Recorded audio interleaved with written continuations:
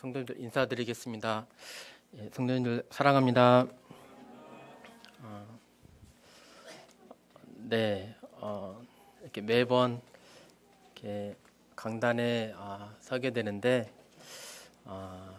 때마다 이렇게 항상 좀 떨리는 것 같습니다. 안 그래도 떨리는데 날씨마저 이렇게 좀 추워가지고 네, 이맘때쯤에 또 이렇게 날씨가 추워지면서 또 큰 일을 또 치르시는 우리 학생들이 있죠. 바로 이제 내일이 이제 결전의 그날입니다. 내일 이제 수능을 보는 우리 고3 학생들, 형제 자매들도 있는데 혹시 오늘 나오셨나요? 우리 광윤 형제 네, 믿음의 용사답게 오늘 나왔습니다. 네, 우리 광윤 형제 또 지은 자매, 지연 자매, 또 채연 자매, 또 혜림, 주은 자매 이렇게 시험을 이렇게 5명이 시험을 본다고 합니다. 주님께서 수능 성적도 주관해 주셔가지고 가장 합당한 대학에 이렇게 또 지나갈 수 있도록 이렇게 또 기도해 주시면 좋겠습니다. 이제 말씀을 제 순서여서 어떠한 말씀을 전해야 되나 이렇게 고민이 좀 됐는데요.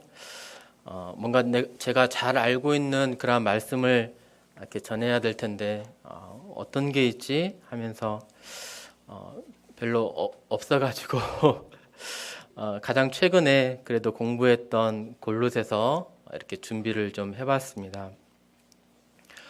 오늘은 골로새서 중에서도 일단 서론 부분, 특별히 에바브라를 통해서 골로새 교회가 이렇게 생기게 되었는데 에바브라 인물 중심으로, 그리고 시간이 더 허락되면 골로새서 1장 1절에서 8절까지 이렇게 살펴보도록 하겠습니다. 골로새서는 사도 바울에 의해서 이렇게 쓰여졌습니다. 이제 1장 1절에 하나님의 뜻으로 말미암아 그리스도 예수의 사도된 바울과 디모데는 이제 골로새에 있는 성도들에게 편지하노니 이렇게 하면서 자신이 기록했음을, 이렇게 자신이 편지를 썼음을 말해주고 있습니다. 또 23절에 나 바울은 복음의 일꾼이 되었다 이렇게 말하고, 또 4장 18절에 이제 이 서신을 마무리하면서 나 바울은 친필로 문안한다 이렇게 기록되어 있습니다. 이러한 것들을 볼 때 바울이 이 골로새서를 기록을 했음을 성경이 말해주고 있죠. 기록 연대는 AD 60년에서 61년경에 기록이 되었습니다. 이때에는 이제 바울의 제1차 감옥 생활 기간이었죠. 이제 이 1차 감옥 생활 중에 이제 우리가 잘 아는 이제 옥중서신이 기록이 됩니다. 이제 옥중서신이 뭐가 있냐면 에베소서, 골로새서, 빌립보서, 빌레몬서가 되어 있습니다. 그리고 사도 바울의 그 이후의 생애가 어떻게 되냐면 잠깐 이렇게 좀 풀려나요. 풀려나면서 디모데전서와 디도서가 기록이 됩니다. 그리고 이제 2차로 사도 바울 생애의 이제 마지막 시기죠. 2차로 감옥 생활을 하게 되면서 디모데 후서가 기록이 되고 그 이후에 이제 순교하는 그러한 생애입니다. 1차 감옥 생활과 2차 감옥 생활은 좀 분위기가 좀 많이 다릅니다. 1차 감옥 생활은 가택연금 상태였습니다. 정식 재판을 받기 전에 이러한 자유가 좀 제한되는 그런 상태였습니다. 우리가 이제 옥중서신이다 그래가지고 우리가 생각하는 그 감옥이 아니고 연근된 상태, 자유가 보장받지 못하는 그런 상태임을 어, 구분해서 이렇게 이해를 해야 될 것 같습니다. 사도행전 28장에 보면 이 사도 바울의 상태를 말해주는 표현이 있는데, 자기를 지키는 군사와 함께 따로 있게 되었다라고 하는 그런 구절이 있습니다. 군사의 지킴을 로마 병정과 함께 있으면서 군사가 자기를 지키는 가운데 어느 정도 이렇게 자유가 좀 있었습니다. 더군다나 사도 바울은 이제 로마의 시민권을 가진 자였잖아요. 그래서 친구가 왔을 때 친구를 볼 수 있게 되고, 또 군사와 함께 로마 병정과 함께 함께 시내도 돌아다닐 수 있었다고 합니다. 만약에 이제 시민권이 없었다면 시민권이 없는 자들은 정식 재판이 일어나기 전에 이렇게 심한 고문을 당하기도 하고 채찍질을 당할 수도 있었죠. 근데 바울은 그러지 않고 시민권을 가진 그런 자였습니다. 잠시 풀려났다가 이제 2차 감옥 생활을 하게 되는데, 이때 감옥 생활은 우리가 생각하는 힘든 그 감옥 생활이 맞습니다. 자기 자신의 이제 죽음을 이제 눈앞에 둔 상황이었죠. 그래서 이때 이제 디모데후서가 기록이 되는데, 디모데후서에 디모데에게 속히 내게로 오라. 책은 가죽에 쓴 것을 가지고 오라. 겉옷을 가지고 오라. 이렇게 말을 하는 장면들을 있는데, 이러한 이제 감옥 생활, 자신의 생의 마감을 앞둔 그런 상황에서 쓰여진 그런 것을 생각하면서 이렇게 읽으시면은 좀 더 이해가 될 것입니다. 기록 장소는 로마입니다. 골로새 4장 10절에 자신을 갇힌 자로 이렇게 표현을 하고 있는데, 자신이 갇힌 자임을 말해주고 있는데, 즉 옥중에서 쓰여진 것임을 알 수 있습니다. 대상은 골로새에 있는 그리스도인들을 위해서 이렇게 쓰여졌고요. 이제 내용은 이제 이후에 이렇게 아마도 살펴보겠지만, 골로새 교회가 세워지면서 그 근처에 골로새 지역에는 여러 부류의 사람들이 살고 있었어요. 근데 그들의 종교, 철학이 각각 있었겠죠. 그러면서 골로새 교회에 많은 이제 이러한 이단들이 이렇게 이단주의 사상들이 들어오게 됩니다. 그래서 골로새 2장을 살펴보면 여러 이제 다양한 이단적인 요소들을 살펴볼 수가 있어요. 가령 이제 철학과 헛된 속임수가 너희를 사로잡지 않도록 주의하라, 이런 말도 있는데, 이제 이방주의적인 이단 요소들도 있었고, 또 이제 유대주의적인 요소들도 있었죠. 이제 먹고 마시는 것과 또 초하루와 절기와 안식일을 이유로 너희를 정죄하지 못하게 하라. 또 거짓 겸손과 이제 천사 숭배를 하는 이제 영지주의적인 이단들도 있었고요. 그다음에 금욕주의적인, 먹지도 말고 만지지도 말고 보지도 말라 하는 금욕주의적인 이런 이단들의 여러 요소들이 있었습니다. 이러한 이단들로부터 교회를 지켜내기 위해서 이렇게 골로새서가 이제 기록이 되었습니다. 전달자는 이제 로마에서 쓰여진 편지를 이 골로새 지역까지 전달해 두는 사람이 있었겠죠. 그 사람이 바로 두기고입니다. 두기고가 갈 때 골로새서만 가지고 간 것이 아니고 이제 에베소서, 또 빌레몬서도 같이 가지고 간 것으로 보입니다. 이 빌레몬서에서 이제 그 유명한 빌레몬의 종 오네시모도 두기고와 함께 같이 간 것으로 같이 간 것 같습니다. 이제 골로새 지역을 좀 살펴보겠습니다. 골로새는 이제 소아시아의 서남에 위치를 하고 있습니다. 에베소가 이제 서쪽에 있잖아요.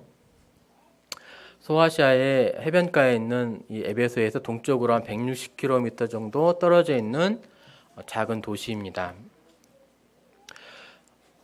이제 그 인근의 도시들이 있는데 이제 라오디게아, 히에라볼리와 함께 이제 번영했던 그러한 도시고 또 동서 교통의 요지로서 동서 사상의 교류 장소가 되었고 여러 가지 종교와 철학이 흥황했습니다.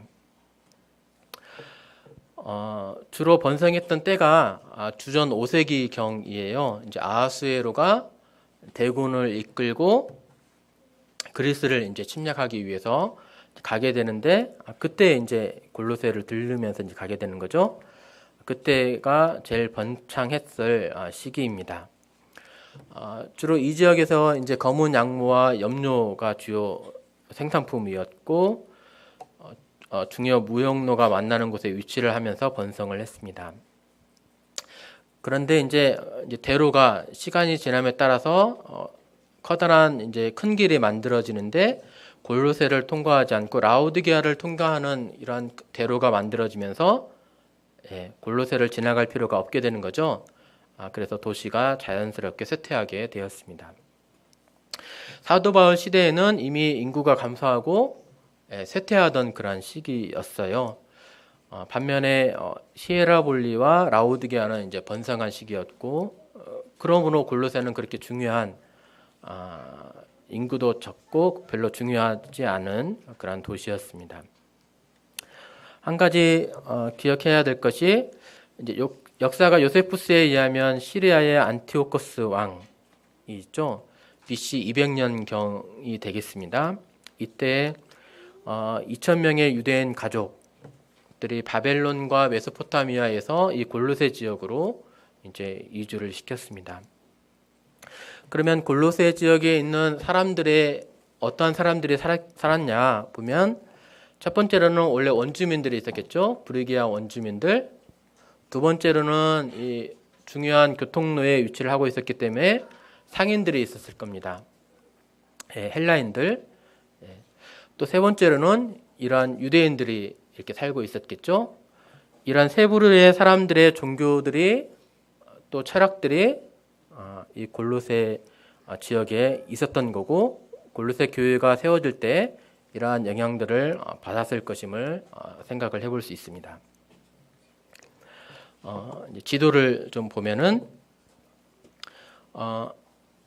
이제 오른쪽에 있는 것이 여기가 이제 예루살렘이죠.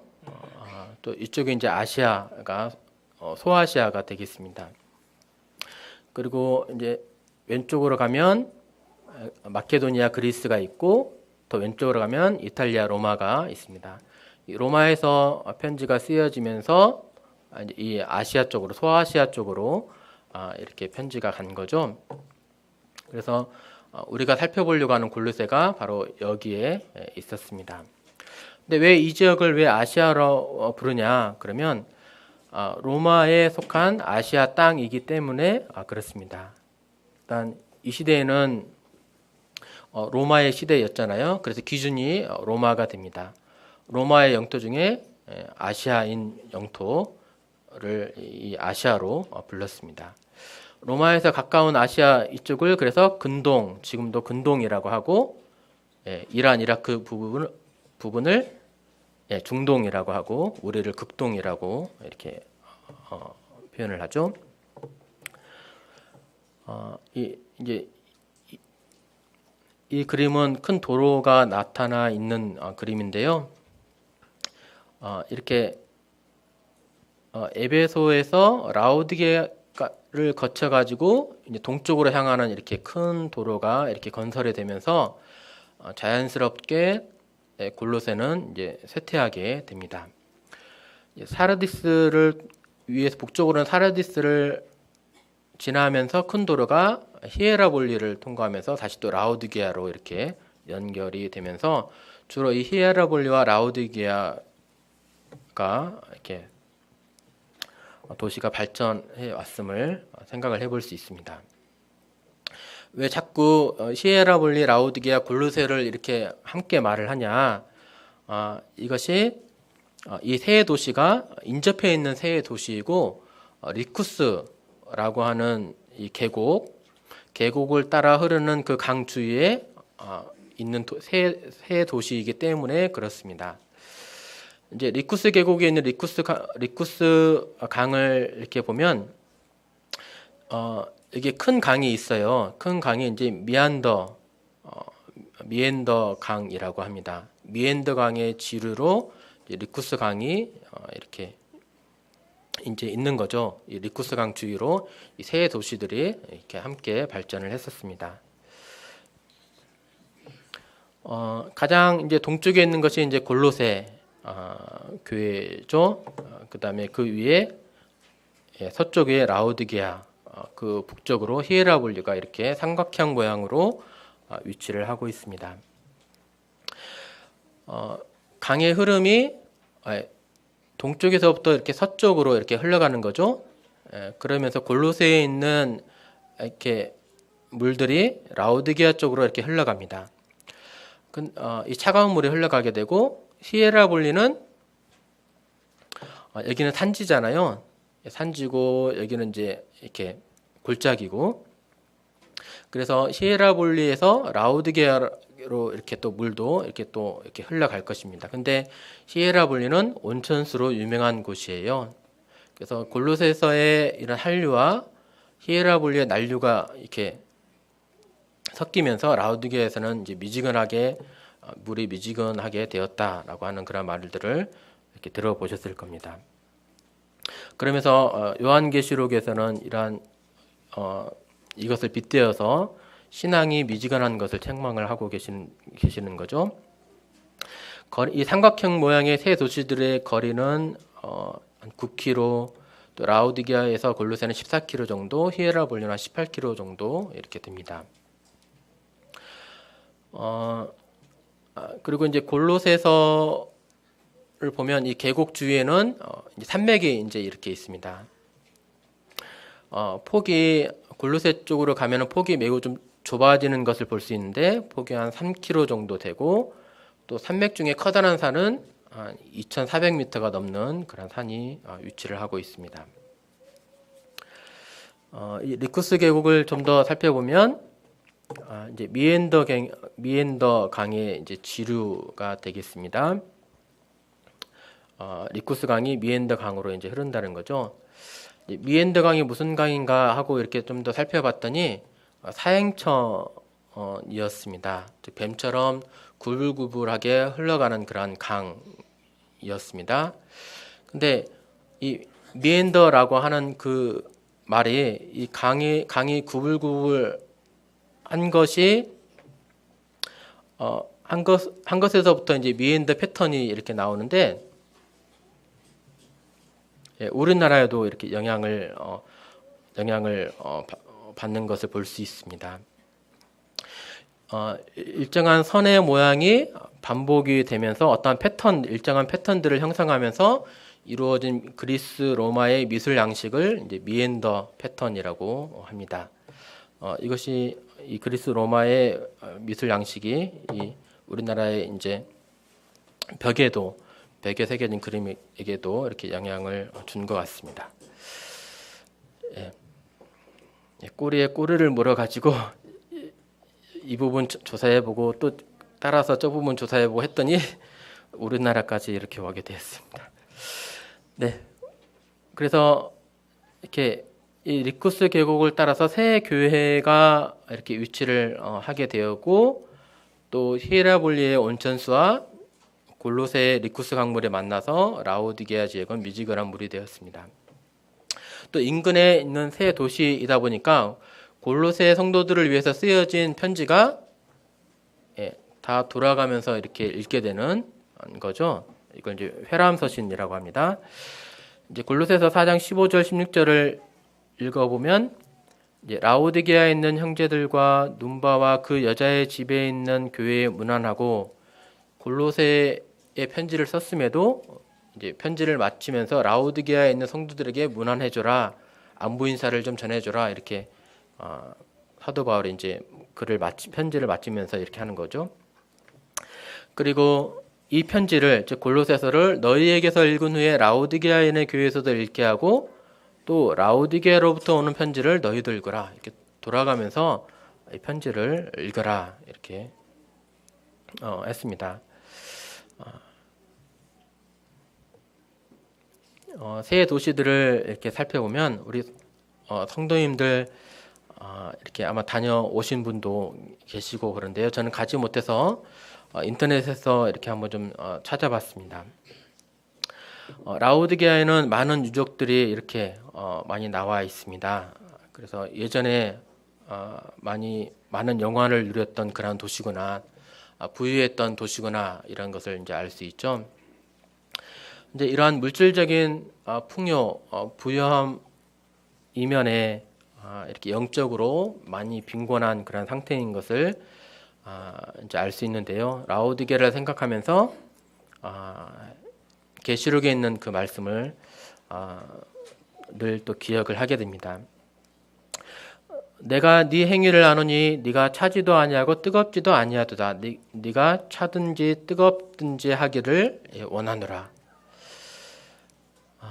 주님께서 차든지 뜨겁든지 하기를 원하노라라고 말할 때에는 정말로 차갑게 하든지 정말로 뜨겁게 신앙생활을 하든지 둘 중에 하나를 해라 이란 말이 아니고 정신 차려서 열정을 가지고 주를 섬겨라 그러한 말씀이죠. 부모님이 하도 말을 안 듣는 아이에게 집을 나가버려라 라고 했을 때 진짜 나가라는 말이 아니고 정신 차려서 생활해라 이란 의미이잖아요. 그런 것처럼 주님의 말씀도 차든지 뜨겁든지 하기를 원하노라 라고 했을 때 주님은 두 가지 중에 하나만 원하시는구나 이렇게 받아들이면 안 되겠습니다. 내가 이같이 미지근하여 뜨겁지도 아니하고 차지도 아니하니 내 입에서 너를 토하여 버리리라. 내가 말하기를 나는 부자라 부유하여 부족한 것이 없다 하나 내 곤고한 것과 가련한 것과 가난한 것과 눈먼 것과 벌거벗은 것을 알지 못하는도다. 물질적인 풍요 이면에 있던 이 영적인 가난함, 빈곤함이 라오디게아 교회의 이런 특징이었습니다. 우리의 생활에서도 새로운 집으로 가게 되고 새로운 차를 사게 되고 물질적인 풍요가 있게 될 때에 재물이 내려갈 때 마음을 거기에 두지 말라고 잠언서에 이렇게 말씀하셨는데 그러면서 그것보다 더 중요한 것은 내 영적인 상태가 어떠한 것인지 볼 수 있는 영안이 필요하겠습니다.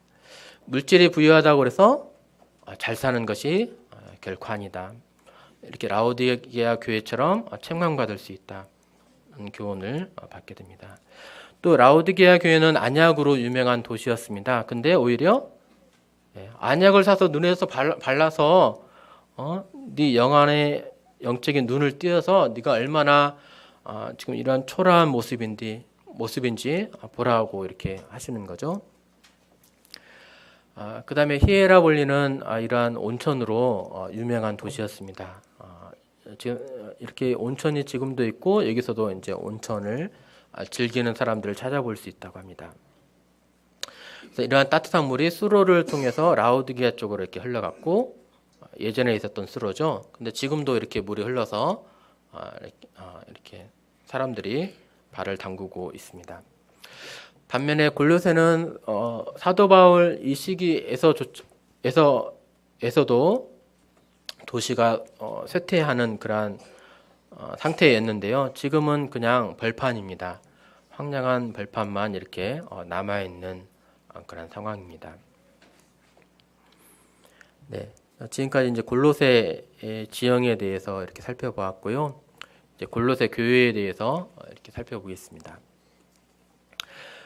이제 골로새 교회는 바울이 이곳에 가서 전도해서 영혼들이 구원받음으로 세워진 교회가 아닙니다. 바울은 사도행전을 보니까 골로새를 지나갔다는 말이 없습니다. 오히려 골로새서 2장 1절을 보니까 내가 너희와 라오디게아에 있는 자들과 무릇 내 육신의 얼굴을 보지 못한 자들을 위하여 얼마나 힘쓰는지를 너희가 알기를 원하느냐 하면서 사도 바울이 얼굴을 보지 못했다 너희들을 지금 이렇게 말하고 있는 거거든요. 즉 사도 바울이 전도에서 세워진 그러한 교회가 아니었습니다. 그럼 누구에 의해서 세워졌냐면 이제 에바브라라고 하는 사람에 의해서 이렇게 세워졌습니다. 골로새서 1장 7에서 8절을 보면 이 에바브라에게 너희가 배웠나니 라고 되어 있거든요. 7절에 그렇고 6절에 보면 이 복음이 너희에게 이르매 너희가 듣고 깨달은 날부터 이제 열매를 맺어 자라는도다 하면서 너희가 에바브라에게 배웠다 이렇게 되어 있습니다. 에바브라에게 에바브라가 전도하면서 복음을 듣고 구원받고 가르침을 이렇게 받은 거죠. 그러면 에바브라는 언제 복음을 듣고 구원을 받게 되었을까 이렇게 생각을 했는데 아마도 바울이 제3차 전도 여행 중에 에베소에 길게 머문 그러한 기간이 있었습니다. 비교적 에베소와 골로새는 그래도 가까운 거리였죠. 에베소에서 3개월간 회당에서 가르쳤고 2년 동안 두란노 서원에서 복음을 전하며 가르쳤습니다. 대략 3년 동안을 에베소에서 복음을 전하며 가르쳤는데 그때 아마 에바브라가 주님을 만난 것 같습니다. 그래서 에바브라가 이때 회심을 하고 자기의 연고지 고향인 골로새로 가면서 이제 복음을 전해서 교회가 이제 세워졌을 걸로 보입니다. 또 히에라볼리와 라오디게아 교회도 마찬가지로 그 인근 도시였잖아요. 그래서 에바브라를 통해서 세워진 것으로 여겨집니다. 이제 4장 12절 13절에 보면 이 에바브라가 로마에 있었어도 히에라볼리와 라오디게아와 골로새 교회들을 위해서 얼마나 애쓰는지 기도로 애쓰는지를 내가 증언한다 이렇게 되어 있는데 아비의 마음으로 멀리 떨어진 지역에 가서도 그들을 위해서 애써 기도하는 모습을 살펴볼 수 있죠. 이 세 교회가 아마도 에바브라를 통해서 세워진 것 같습니다. 골로새 교회에 있는 성도들은 이제 빌레몬서에 나와 있는 그 빌레몬 형제님, 그리고 그 종인 도망간 종인 오네시모, 또 빌레몬 형제님의 자매님인 아비야, 그리고 아마 아들로 여겨지는 아키뽀가 주요 교회 구성원이었습니다. 이제 빌레몬서 2절과 3절을 보면 이제 우리의 사랑을 받는 자여 동역자인 빌레몬과 자매 아비야와 우리와 함께 병사된 아키뽀와 내 집에 있는 교회에 편지하노니 이렇게 되어 있죠. 이제 빌레몬서라고 하는 개인적인 서신인데 서신에서 세 명의 이름이 이제 앞에 나오죠. 그래서 빌레몬 형제님, 그 다음에 개인적인 서신이어서 그걸 생각을 해보면 자매 아비아는 결국 빌레몬 형제님의 자매님이었다는 걸 생각을 해볼 수 있습니다. 그리고 아키뽀는 아마도 부부 사이의 아들이겠죠. 아들로 이렇게 여겨집니다. 빌레몬에 이런 교회가 있었어요. 즉 에바브라는 아마도 순회 전도 사역을 한 것 같고 골로새의 장로는 일꾼은 빌레몬이었던 것 같습니다. 빌레몬의 집에 교회가 있었는데 그것이 어떻게 골로새 교회냐? 이제 골로새서 4장 17절 보면 아키뽀가 등장을 해요. 그래서 아키뽀가 골로새 교회에 있었구나 이것을 알 수 있고, 그러면 결국 한 가족인 빌레몬이 골로새 지역에 있었음을 이제 살펴볼 수가 있습니다. 이제 아키뽀에게 이르기를 주 안에서 받은 직분을 상과 이루라고 충성을 다해서 섬기라고 사도 바울이 권면하는데 이제 보면 이제 빌레몬이 아마도 이제 나이가 좀 드셨던 것 같아요. 그러면서 이제 일꾼이 2세대에게로 이제 넘어가는 그러한 중이었던 것 같습니다. 그래서 아키뽀가 이제 새로운 직분을 받게 돼서 이제 힘있게 이제 일을 해야 될 그러한 때이어서 아키뽀로 하여금 이렇게 주 안에서 받은 직분을 상과 이루라고 사도 바울이 지금 권면하고 있는 상황입니다. 다음으로 이제 에바브라에 대해서 이렇게 살펴보겠습니다. 에바브라의 이름의 뜻은 사랑스러운 매력 있는 이란 그런 이름의 뜻입니다. 에바브라 디도의 단축형이 이제 에바브라입니다. 알렉산더를 알렉스라고 간단히 부르는 것처럼 에바브라 디도를 에바브라로 이렇게 단축해서 불렀습니다. 그러면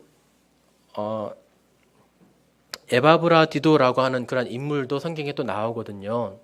그러면 여기에 골로새에 나오는 에바브라와 이 에바브라 디도가 같은 인물인가? 그러지는 않습니다. 이 에바브라 디도는 빌립보 교회의 일꾼이었거든요. 빌립보 교회가 로마에 갇혀 있는 사도 바울을 위해서 연보를 하고 이 연보가 에바브라 디도 편에 이렇게 주어져서 전달하게 됩니다.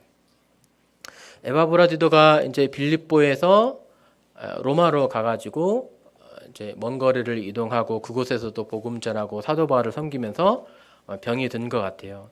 그래서 이제 병들어 죽게 되었다. 너희가 에바브라 디도가 빌립보 교회가 자기 자신이 병들어 죽게 되었음을 알고 또 저희로 하여금 근심케 한 것으로 인해서 그가 심히 근심했다. 이러한 이제 말씀을 찾아볼 수 있는데, 즉 빌립보 교회, 마케도니아의 빌립보 교회는 에바브라 디도고 이 소아시아의 골로새의 일꾼은 에바브라였습니다. 마케도니아와 소아시아는 그 지역이 완전히 다르잖아요. 그래서 같은 동일 인물로 보기는 어렵습니다. 그래서 구분이 필요합니다. 그래서 에바브라는 바울의 3차 전도 여행 중에 에베소에서 복음을 듣고 회심을 한 것으로 이렇게 보여지고요. 히에라볼리와 라오디게아 교회들을 또 골로새 교회를 이렇게 세웠습니다. 그리고 골로새 교회에 이러한 이제 이단적인 그런 요소들이 막 들어오게 되니까 진리를 지키기 위해서 싸우기 위해서 로마의 바울에게 이제 방문을 이제 한 것입니다. 그리고 이 로마에서도 사도 바울과 같이 또 로마 감옥에 갇히는 그런 신세가 되었는데요. 사도 바울을 만났기 때문에 감옥에 갇힌 것이 아닙니다.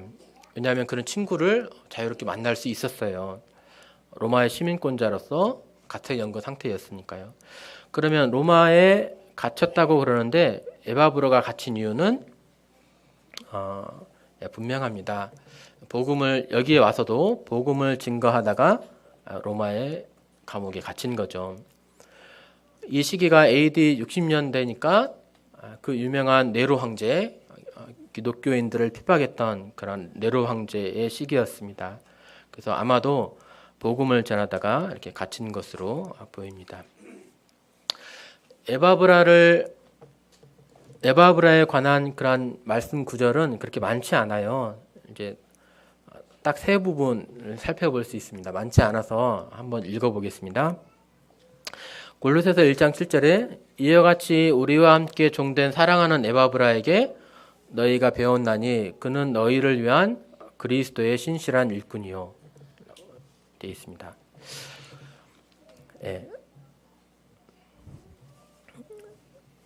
또 골로새서 4장 12절 13절 보면 그리스도 예수의 종인 너희에게서 온 에바브라가 너희에게 문안하느니라. 그가 항상 너희를 위하여 애써 기도하여 너희로 하나님의 모든 뜻 가운데서 완전하고 확신 있게 서기를 구하나니 그가 너희와 라오디게아에 있는 자들과 히에라볼리에 있는 자들을 위하여 많이 수고하는 것을 내가 증언하노라 라고 되어 있습니다. 에바브라가 이 로마까지 와서 애써서 너희를 위해서 기도한다. 근데 무엇을 위해서 기도했냐면 자신이 낳은 아들들이죠. 영적인 아들들. 아버지의 심령으로 믿음에서 혹 떠날까 걱정하면서 하나님의 모든 뜻 가운데서 완전하고 확신 있게 서기를, 믿음이 떨어지지 않게 되기를, 믿음이 오히려 더 강하게 굳건하게 되기를 이렇게 힘써서 기도한 것입니다. 이 라오디게아에 있는 자들, 히에라볼리 또 골로새에 있는 자들을 위해서 많이 수고하는 것을 내가 증언한다. 내가 그렇게 수고하는 것을 내가 봤다. 이런 말이잖아요. 멀리 서서 이러한 자들을 위해서 어떻게 수고할 수가 있었을까요? 그들을 늘 생각하면서 힘써서 기도한 것이죠. 이러한 자들을 몸으로는 멀리 떠나 있지만 마음으로 그들을 늘 생각하면서 그들의 신앙을 위해서 힘써서 기도한 것입니다. 또 이제 갇혔다 이 말은 빌레몬서에 기록이 되어 있습니다. 그리스도 예수 안에서 나와 함께 갇힌 자 에바브라와 이렇게 되어 있는데요. 이렇게 복음에 수고함으로 열정을 가지고 복음을 전함으로 그도 갇힌 자가 되었습니다. 이 세 구절을 통해 볼 때 에바브라를 묘사하고 있는 그런 문장들이 있어요. 우리와 함께 종된 사랑하는 에바브라, 너희를 위한 그리스도의 신실한 일꾼, 그리스도 예수의 종, 그리스도 예수 안에서 나와 함께 갇힌 자. 에바브라를 표현하는 이런 문장들인데요. 여기서 보면은 에바브라는 누구다 이렇게 쉽게 한 단어로 말할 수가 있을 것 같아요. 쉽게 말해 에바브라는 누구였죠? 한 단어로 말해보자면 여기 첫 번째에도 종이라는 말이 있고 두 번째에서는 일꾼이라는 말이 있고 세 번째에서도 종이라는 말이 있습니다. 결국 에바브라는 한 단어로 표현하자면 그의 삶을 한 단어로 이렇게 평가하자면 그는 종이었습니다. 우리의 삶에 있어서 그는 예수님의 종이었다. 이러한 말은 그의 삶이 어떠했는지, 얼마나 수고했는지, 얼마나 낭비함 없이 그 일을 위해서 애썼는지를 보여주는 그런 표현이 되겠습니다. 그는 그리스도 예수의 종이었습니다. 그의 삶이 예수님의 종으로서 산 거죠. 우리의 삶의 표대가 되어야 할 것입니다. 네. 우리는 보통 두 마음을 품으면서 때로는 주님의 종이면서도 또는 내가 원하는 대로 이렇게 하고자 하는 그런 마음을 가지고 있는데 그렇게 된다면 그리스도 예수의 종이다 이런 평가를 받기는 힘들 것입니다. 그리스도 예수의 종인지 아닌지 구분하기가 어려웠더라 이렇게 표현이 되어져야 할 것 같죠. 근데 그는 그리스도 예수의 종이었습니다. 우리 삶도 이 표대를 향해서 자신의 주어진 그 삶을 종으로서 이렇게 살아갔으면 하는 그러한 바람이 있습니다. 우리가 이제 주님 앞에 서게 될 그날이 있잖아요. 주님 앞에 서게 되었을 때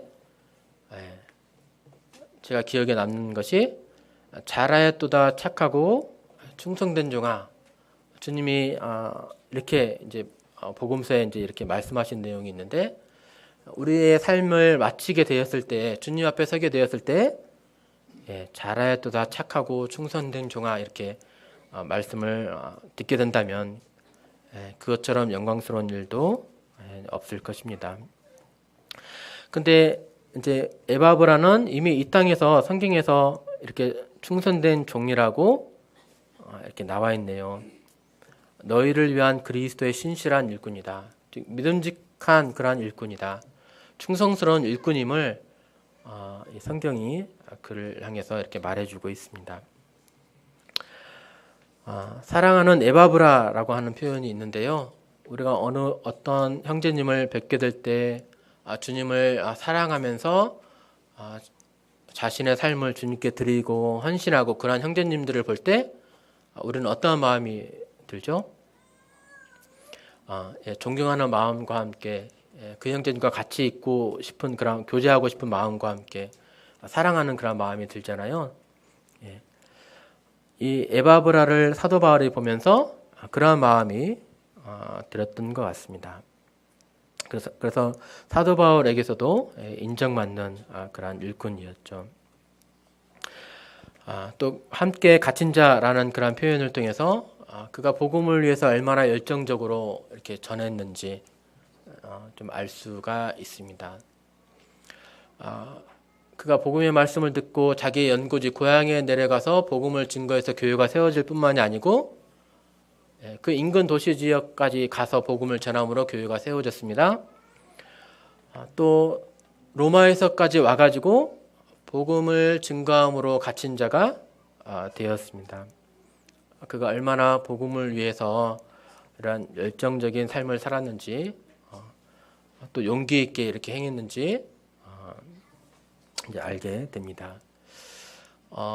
특별히 내 주변에 있는 영혼들, 가족들에게 복음을 전하는 것이 굉장히 어렵잖아요.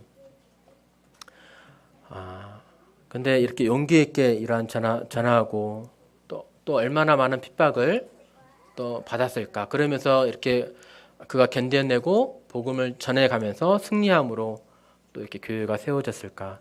그것을 생각을 해보게 됩니다. 그래서 에바브라의 삶을 평가해 보자면 한 단어로 말해 보자면 종이다.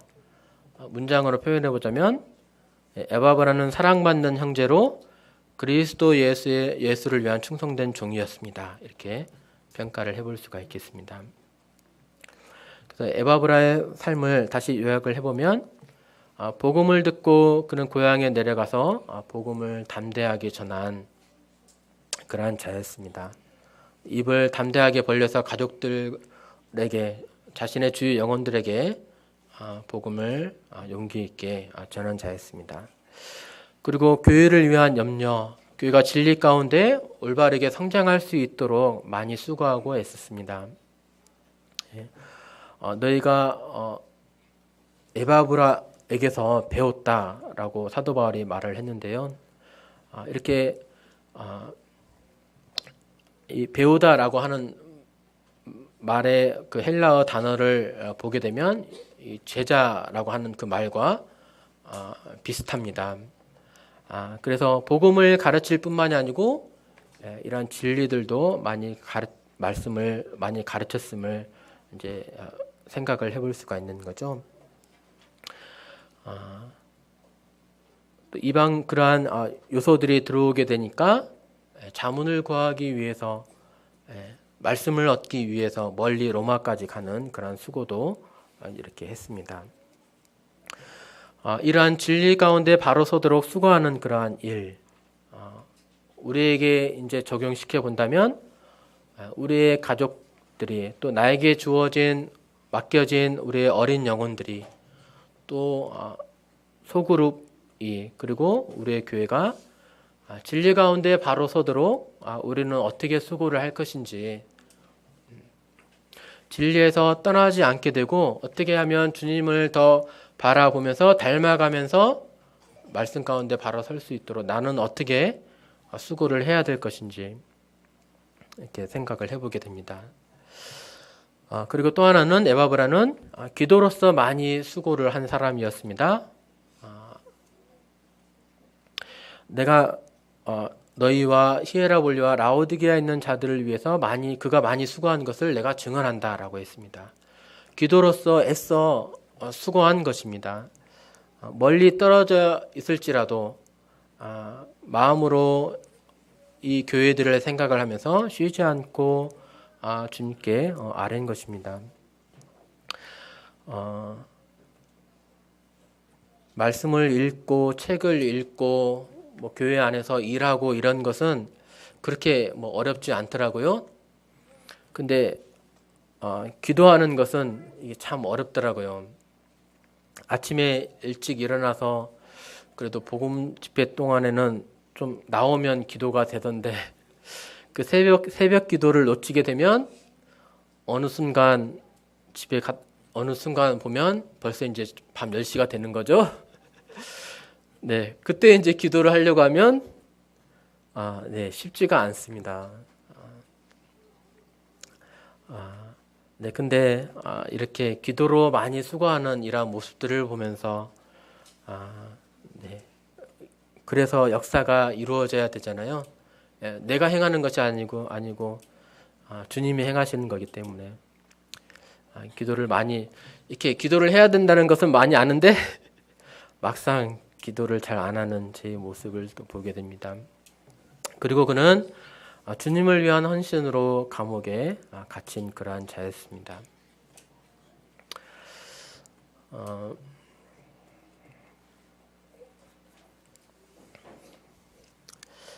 네. 시간이 좀 애매해가지고요. 더 해야 되나 좀 한데, 네, 이제 골로새 교회와 또 이렇게 에바브라를 통해서 오늘 살펴본 것으로 이렇게 마치도록 하겠습니다. 다음에 이제 골로새서 말씀을 또 살펴보도록 하겠습니다. 네, 감사합니다.